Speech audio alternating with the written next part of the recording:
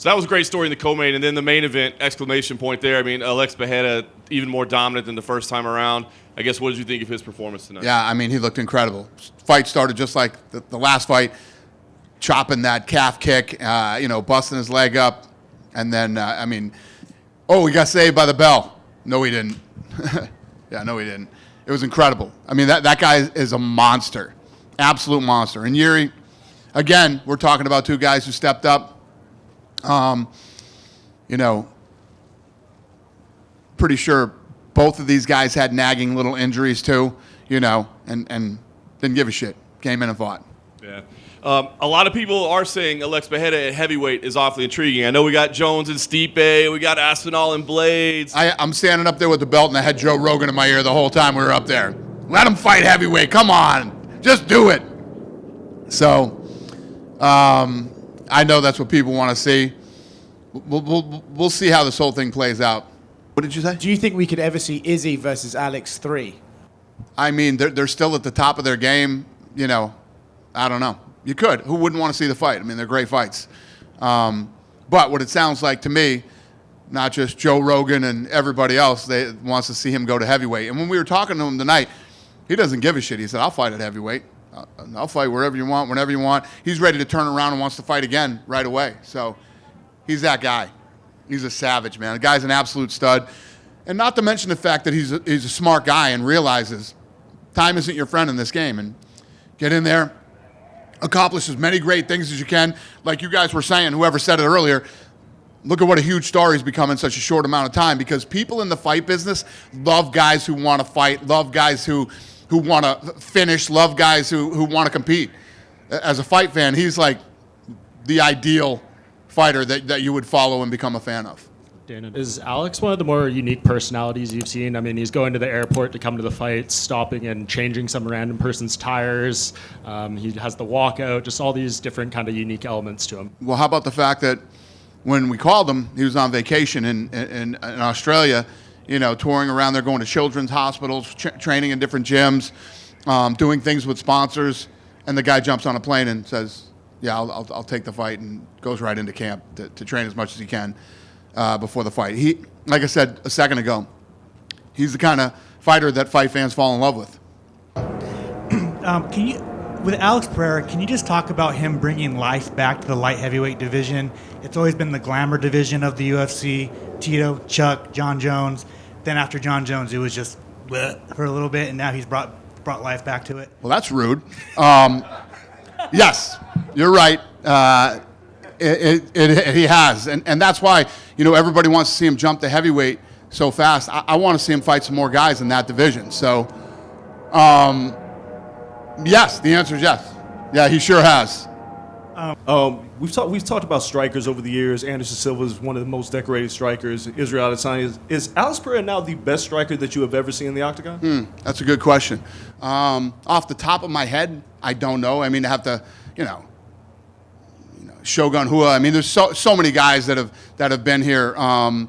But there's no doubt about it. Like that gentleman just said, he brought back excitement and energy to the light heavyweight division, and he's a bad boy, man.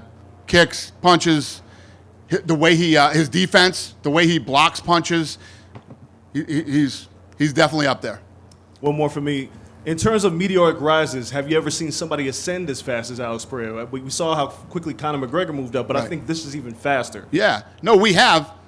Israel too. I mean, you got to give it to Israel, especially these guys that came from one-dimensional sports, and then they're able to come here and compete like they have. It's very impressive.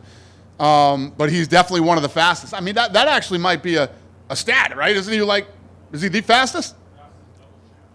Fastest double champ ever. So the answer is yes. What the fuck I was just babbling about before that. Yeah, the answer is yes.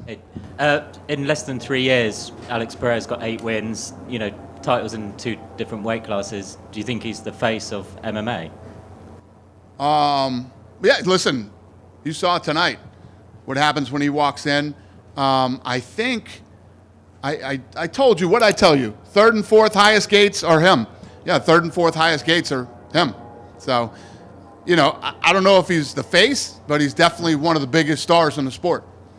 Hi. With as fast as the business is moving, you've got productions all around the world now. Is the business at a place where fighters really have to just always be ready? It's not just when your fight is coming up, because things seem to fall out all around the world. And so do you need fighters to understand that now? Well, you're either that guy or you're not. You know what I mean? It's not like, hey, everybody on the roster needs to be ready and needs to go.